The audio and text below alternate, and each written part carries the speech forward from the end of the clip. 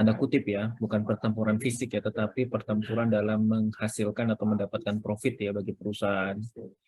Kita tahu bahwa Timur Tengah itu Kuwait, Qatar, Irak, Iran, ya, bagaimana waktu itu US itu benar-benar beragresi ke Irak itu untuk mendapatkan minyaknya gitu ya. Sementara itu banyak negara-negara sekarang yang seperti punya ambisi menguasai energi dunia gitu ya. Itu pun dirasakan oleh pertempuran antara Rusia dan Ukraina, di mana Rusia itu memang punya cadangan minyak yang banyak juga, sehingga salah satu resesi ekonomi di awal tahun 2023 yang akan diprediksi tahun depan itu juga punya sumbangsih dari pertempuran itu, karena Rusia itu tidak mau mengekspor minyaknya ke daerah-daerah Eropa. Nah, ke daerah-daerah Eropa ini sehingga Inggris atau Britania Raya atau UK itu tumbang karena sekarang sudah mulai krisis gitu ya, akibat tidak disuplai minyak dari Rusia gitu ya. Tapi di belakang Ukraina itu juga kuat gitu ya, ada Amerika di situ ya, ada Amerika dan sekutu-sekutunya. Jadi ternyata Ukraina negara kecil itu backingannya banyak ya. Jadi inilah yang menjadi inisiasi pertemuan kemarin di G20, di G20 di Bali, tetapi sayangnya Presiden dari Rusia dan Ukraina itu tidak hadir ya, karena tidak mau bersahabat dan seterusnya. Kayak nampaknya pertempurannya masih akan berlanjut kontinu sampai tahun depan dan entah sampai kapan gitu ya. Sementara ini akibat itu harga minyak dunia menjadi terkerek naik gitu ya, karena suplainya dibatas-batasin. Ingat ya, waktu kemarin kita belajar di equilibrium, kalau suplainya itu tetap, kemudian demand-nya banyak, atau suplainya bahkan dikurangi, itu menggerek harga akan naik. Nah, inilah yang menjadi sorotan bahwa kita berperjalanan sekarang, tiket itu hafturnya naik, hingga tiket-tiket sekarang menjadi mahal ya. Apalagi kalian yang mau akhir tahun, mau liburan Natal, mau tahun baru, Natal dan tahun baru, itu banyak orang yang sudah booking tiket-tiket gitu ya. Nah, itu tentunya secara minyak dunianya nggak naik, tetap harganya mahal, apalagi minyak dunia sudah naik ya sekarang. Nah, ini menjadi penting buat kita sekedar ilmu pengetahuan gitu ya, bahwa game teori ini adalah tata cara strategi setiap perusahaan, setiap negara untuk menghasilkan keuntungan. Jadi praktek game teori ini banyak gitu ya, nggak hanya pada business dilema, perusahaan-perusahaan yang juga perang harga, kemudian perang kuantitas itu juga menjadi sorotan ya, waktu kita perang harga mengenai paket data, kemudian telepon juga antara Excel, kemudian Indosat dan seterusnya, itu juga salah satu aplikasi dari game teori. Nah, kalau kalian nanti membahas strategi-strategi tersebut di dalam game teori untuk skripsi kalian ini menjadi menarik juga ya, sehingga nanti endingnya akan menjadi nas equilibriumnya di mana ya. Misalkan dua perusahaan sedang bertempur strategi gitu ya, pasti ada endingnya. Itu bisa dijadi angkat sebagai bahan penelitian di skripsi kalian. Sama halnya di Irak sama Iran ini pasti equilibriumnya di high production ya, di high production. Kalau dia produksi di high production di sini, berarti paling tingginya adalah dapat high production, berarti fokusnya di sini paling tingginya dapat 60, paling rendahnya dapat ya kalau Irak 40 gitu ya. Kalau low production paling rendahnya dapat 30, paling tingginya dapat 50. Nah, kalau mikirnya kita kalau misalkan nas equilibrium, pasti yang paling apes, yang paling kecilnya yang mana gitu ya. Jadi harus kita lihat yang paling apes, paling kecilnya yang 40 billion atau triliun ya, kalau 40 miliar ya, 40 miliar ya. Billion itu dalam Amerika itu diterjemahkan miliar di dalam Indonesia, karena million dalam bahasa Inggris itu jutaan di dalam Indonesia. Jadi 40 miliar dolar paling rendahnya. Maka nanti Nas equilibriumnya pasti masing-masing negara itu di high production. High production.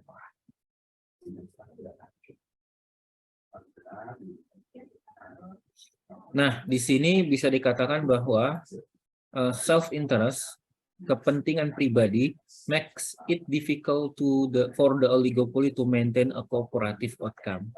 Jadi kadang-kadang kita sulit untuk mempertahankan kerjasama ya.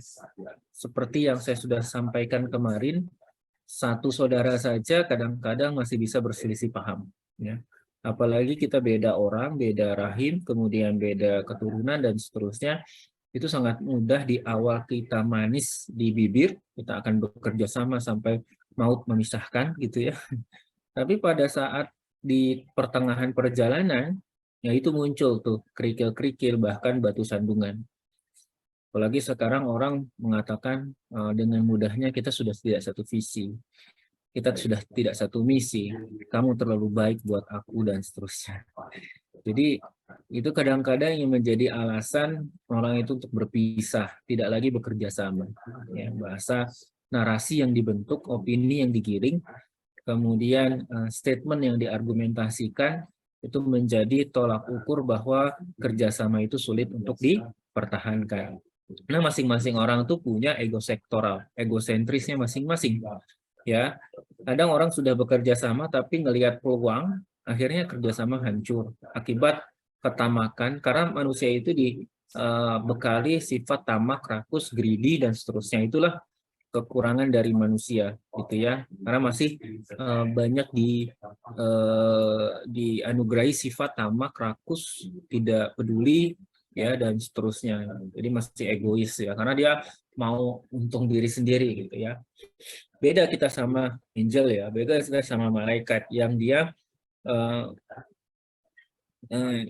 hidupnya aja untuk ibadah gitu ya, dan dia tidak mengenal materi-materi dunia dan seterusnya ya. Jadi dia menghindari hal-hal tersebut ya. Jadi to maintain a cooperative outcome with low production, high prices, and monopoly profits. Jadi Prisoner's Dilemma itu adalah salah satu bukti bahwa kerjasama itu sulit untuk dipertahankan, gitu ya. Walaupun sudah di state di awal, kamu jangan ngaku dan seterusnya, bisa saja dilanggar. Nah, ini waktu perang antara United States atau Amerika dengan Soviet, ya. Nah, ini juga sama, pasti nanti Nas equilibriumnya di US at risk dan Uni Soviet at risk. Ini akan kita bahas ya, karena Uni Soviet udah nggak ada ya, sekarang Rusia. Nah, ini kalau misalkan kalian beriklan dan tidak beriklan. Di sini Marlboro gitu ya, sama pesaingnya Camels misalkan. Itu kalau dia beriklan, advertise, dapat profit 3 miliar. Kemudian kalau kita lihat, kalau ngelihatnya gini ya, advertise, lihat dari sisi vertikalnya saja dari Marlboro ini. Kalau di advertise, paling tinggi dapat 5, paling rendah dapat 3. Kalau di advertise, paling rendah dapat 2, paling tinggi dapat 4. Maka kalau misalkan ditanyakan as equilibriumnya, logikanya itu adalah yang paling apes, yang paling tinggi yang mana? Kalau di sini yang paling apes kan advertise itu dapat 3. Kalau don't advertise dapat 2. Sehingga maka nas equilibriumnya akan masuk di yang masing-masing perusahaan itu akan advertise. Ya, jadi harus beriklan. Kalau dia beriklan, musuh apapun yang dilakukan musuh, mau advertise sama don't advertise, apesnya dapat 3. Tapi kalau tidak kita beriklan, yang dilakukan musuh itu berdampak pada kita akan hanya dapat 2 profit dan seterusnya. Ini juga pada perusahaan minyak, Exxon sama Texaco, kalau misalkan dia ngebor, drill to wells ya, ngebor, dua lubang gitu ya, dua sumber minyak, dapat 4 profit, paling apesnya. Kalau dia hanya satu, kalau dia two wheels 4 nih banding sama 6, kalau satu well itu ya 3 banding dengan 5. Jadi paling apesnya kita lihat yang mendingan dia drill two wheels ya. Jadi Nash equilibrium akan terbentuk di sini. Ya, kira-kira kalau oke. Yang mau ditanyakan?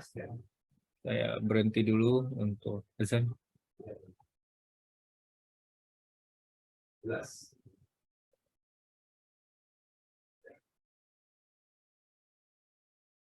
Recording in progress.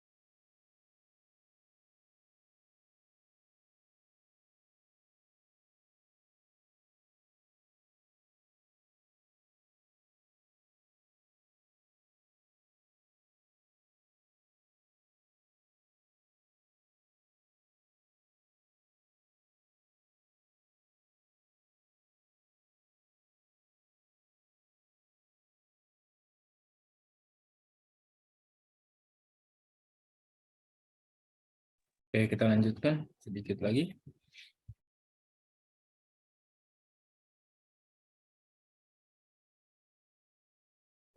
Oke, di sini di statement ini adalah why people sometimes cooperate ya. Jadi sebenarnya dasar seseorang itu bekerja sama itu seperti apa sih? Firms that care about future profit will cooperate in repeated games rather than cheating in a single game to achieve a one-time gain. Jadi di sini dikasih tahu bahwa kadang-kadang kalau kita bekerja sama sampai ke depannya, itu kita bicara konteksnya long lasting dalam kerjasama itu akan menghasilkan future profit yang lebih besar dibandingkan kita tidak bekerja sama atau cheating atau kita berkhianat pada suatu waktu, kemudian kita ngambil keuntungan, itu akan lebih kecil profitnya dibandingkan kita bekerja sama secara long lasting. Ya, jadi dengan kerjasama tersebut, konteksnya misalkan dengan kerjasama selama 10 tahun, kita akan dapat profit misalkan 10 miliar.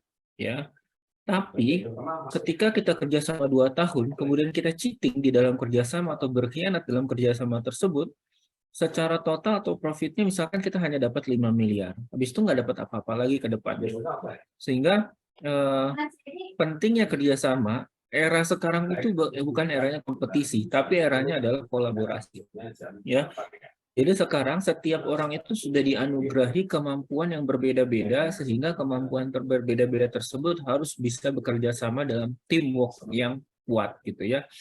Jadi single kompetensi yang dimiliki oleh seseorang itu tidak akan bisa menghasilkan sebuah terobosan atau inovasi kalau dia tidak bekerja sama. Jadi mindset sekarang perlu kalian perhatikan bahwa perusahaan itu lomba-lomba itu kerjasama. Contohnya seperti Tokopedia dan Gojek masuk ke Goto gitu ya, itu dia kerjasama. Kemudian OVO dengan Grab itu juga dia kerjasama dan seterusnya. Jadi tidaklah mungkin satu perusahaan itu di era sekarang itu hanya satu single factor, single perusahaan gitu ya untuk ngambil profit, nggak bisa. Misalkan Gojek itu atau GoPay itu sekarang dipakai di Tokopedia misalkan, sehingga dia bekerja sama dan seterusnya. Nah, jadi kolaborasi itu bisa mengeruk profit yang lebih tinggi dibandingkan kalau kita hanya satu perusahaan.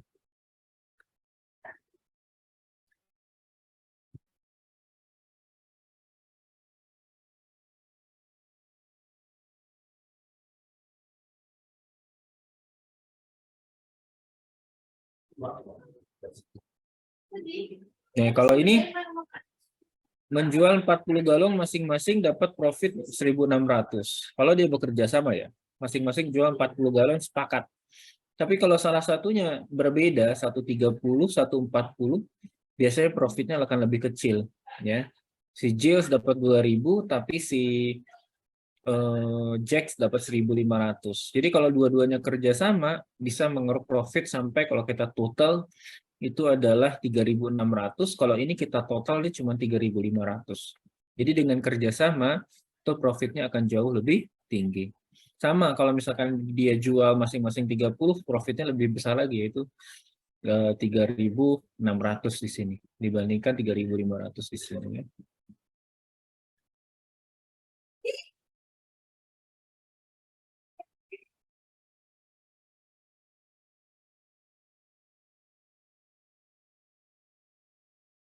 Cooperation among oligopolies is undesirable from the standpoint of society as well because it leads to production that is too low and prices are too high. Jadi kerjasama antara oligopolis ini itu dapat mengurangi deadweight loss yang muncul di monopoli karena dia akan meningkatkan kapasitas produksi yang terlalu kecil dan harga yang terlalu tinggi pada monopoli. Jadi kalau yang kemarin saya singgung adalah kalau oligopoli itu posisinya di tengah-tengah, harganya tidak setinggi monopoli, tapi kuantitasnya lebih tinggi dibandingkan monopoli.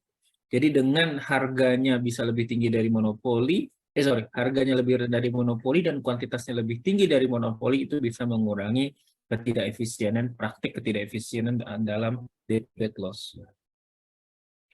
Ini nggak perlu saya bahas, antitrust ini. Ya, penutup yaitu simpulan.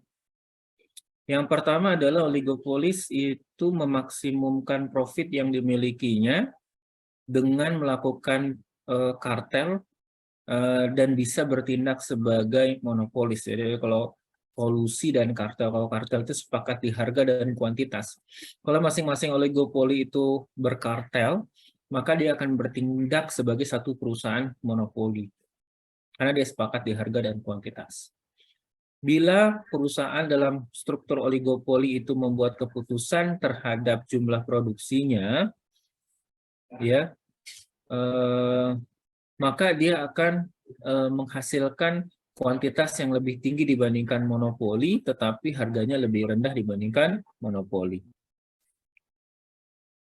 Kemudian game teori dalam kasus Prisoner's Dilemma itu mengungkapkan bahwa unsur egosentris masing-masing dari setiap perusahaan itu dapat menghancurkan kerjasama yang sudah dibuat sebelumnya, gitu ya.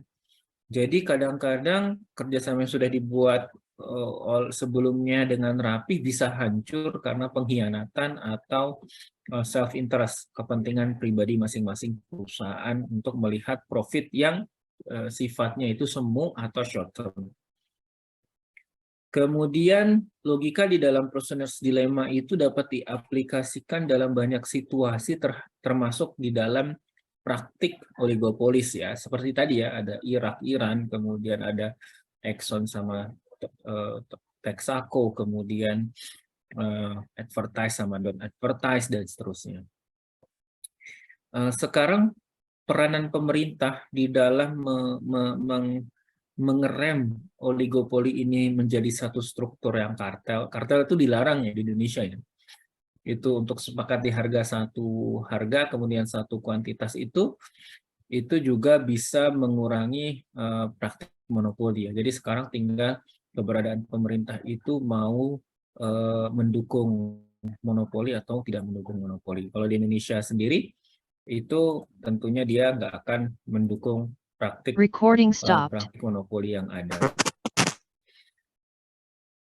Screenshot dulu. Oke. Itu saja yang bisa saya sampaikan pada pertemuan hari ini. Pertemuan yang akan datang kita masuk lagi ke pasar yang selanjutnya, yaitu pasar monopolistik ya. Ada yang mau ditanyakan secara pasar oligopoli?